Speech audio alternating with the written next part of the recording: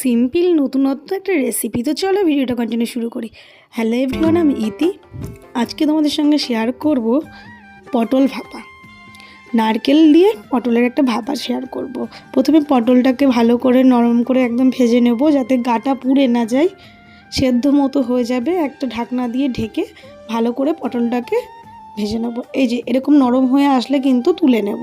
এখানে উপকরণ হিসেবে নিয়েছিলাম নারকেল, টমেটো, কিছু চেরা কাঁচা লঙ্কা, পোস্ত, সর্ষে আর কাঁচা লঙ্কা, এগুলো বেটে নেবো এবারে ভালো করে। সিম্পল রেসিপি, খুব সহজে হয়ে যায়, কোনো ঝুট ঝামেলা ছাড়াই হয়ে যাবে। মশলা করা হয়ে গেছে, এখানে পটলগুলো ভেজে তুলে নিয়েছিলাম, এবার ম্যারিনেট করে নেব। দিয়ে দিলাম পোস্ত, সর্ষে বাটা, নারকেল বাটা আর টমেটো, যেগুলো আমি রেডি করে রেখেছিলাম আগে থেকে, সেগুলো দিয়ে আবার ভালো করে ম্যারিনেশন করে নেব।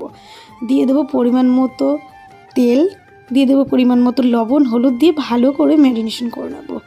আর এই নতুনত্ব রেসিপি তোমরা এখনও যারা খাওনি তারা বাড়িতে একদিন ট্রাই করো, অবশ্যই তোমাদের ভালো লাগবে। আমার তো ভীষণ ভালো লেগেছে, আমি ফার্স্ট টাইম খেয়েছি, তাই ভাবলাম তোমাদের সঙ্গে একটু শেয়ার করি। খুব সুন্দর রেসিপিটা। আর সামান্য একটু চিনিও দিতে হবে, আর ধনেপাতা দিয়ে দিচ্ছি, যেটা দিলে আরও একটু স্বাদ বাড়িয়ে দেবে আর কি ধনেপাতার জন্য।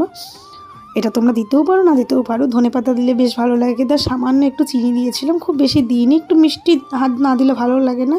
তারপরে একটু কাঁচা তেল দিয়ে একটা টিফিন বাটির মধ্যে করে ভাপাটা কিন্তু বসাবো।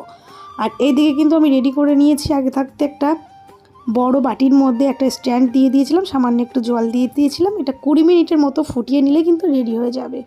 তো ফাইনালি রেসিপিটা রেডি হয়ে গেছে। কেমন লাগলো অবশ্যই জানিও, ভালো লাগলে একটা লাইক করে এভাবে আমার পাশে থেকে